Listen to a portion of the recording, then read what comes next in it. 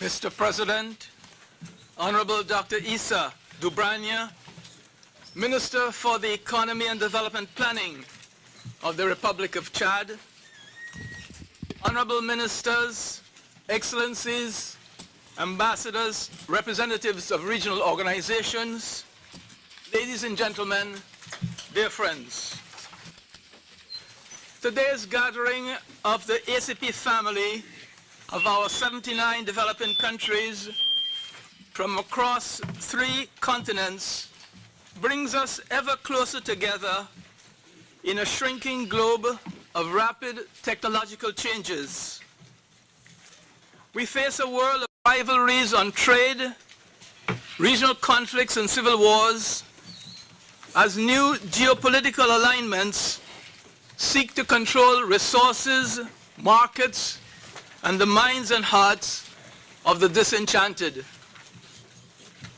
I am so very pleased on behalf of the Secretariat to welcome you here in Brussels as we collectively and individually rely on our steadfast determination to defend and deepen those values that we cherish and hold so dearly: unity in diversity, peace and security, solidarity, and social justice.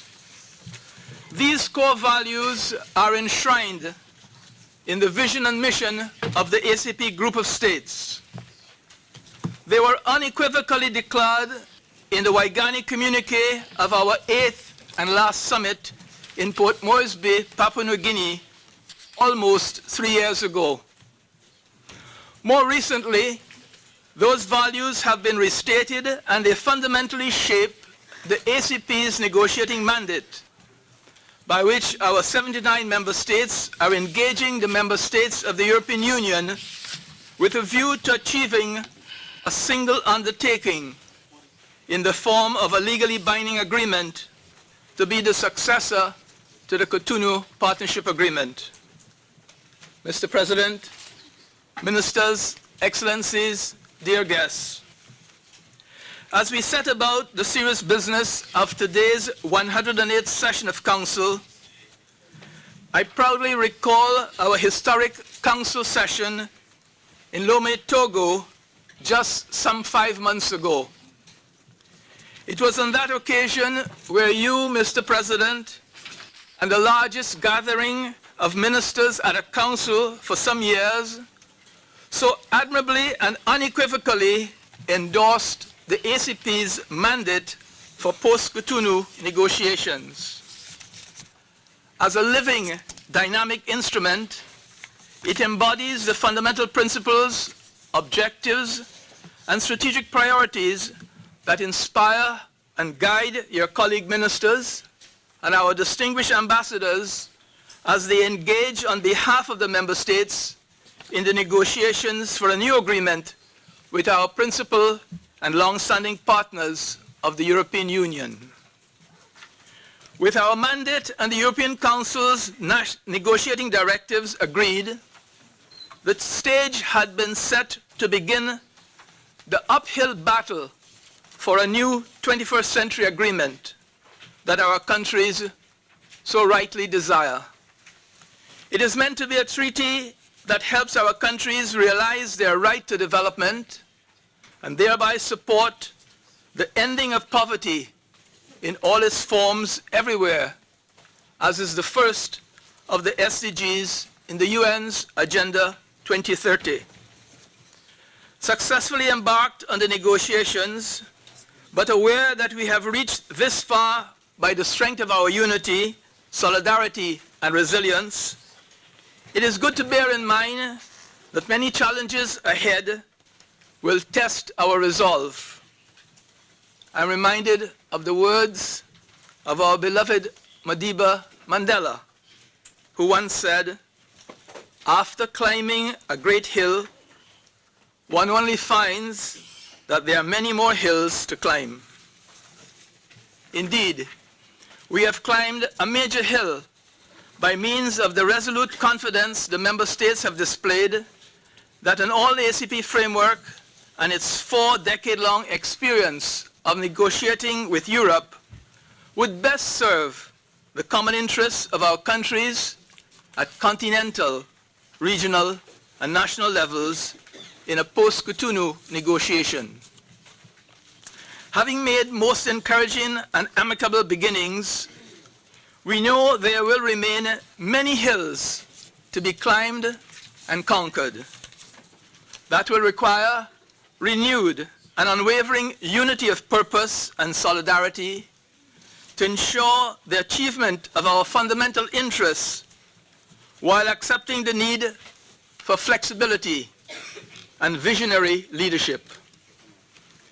In examining this heavy agenda, one may rightly acknowledge that the most prominent item for this session will be Council's consideration of the report of our chief negotiator, Professor the Honorable Robert Dussey, Minister of Foreign Affairs, African Integration and International Cooperation of the Togolese Republic. Also of related importance is the work of the Ambassadorial Editing Committee for the revision of the Georgetown Agreement, the 1975 Constitutive Act of this unique organization. It deserves the Council's serious attention and initial considerations so that this session, if so disposed, shall mandate that the draft text be circulated to all member states for a 6-month period before being tabled for debate and adoption at a subsequent meeting of the Council. Mr. President, honorable ministers, ambassadors, delegates, friends, as is customary, Council will be invited to consider and adopt the report of the wide range of activities undertaken by the Committee of Ambassadors, grounded in the needs and policies as conveyed to the Secretariat, whose budget for 2019 also will seek your approval. Similarly, consideration of far-reaching proposals to enrich the democratic governance of our member states through a strengthened parliamentary assembly and transparent tax jurisdiction are deserving of robust debate. Mr. President, as you guide this noble gathering of our representatives of Africa, the Caribbean, and Pacific, it is with deep conviction that the ACP Group will continue to chart its course of reform and repositioning across turbulent seas and rising tides of reaction and populism, knowing that success so far attained shall spur us on to a rendezvous of victory, a glorious victory. How powerful, therefore, are these words of Shakespeare to remind us. There is a tide in the affairs of men, which taken at the flood leads on to fortune. Omitted, all the voyage of their life is bound in shallows and in miseries. On such a full sea are we now afloat, and we must take the current when it serves, or we lose our ventures. This Council must truly take the tide that will carry all our countries on their journeys for the betterment of their peoples and in the service of all humanity. Thank you very much.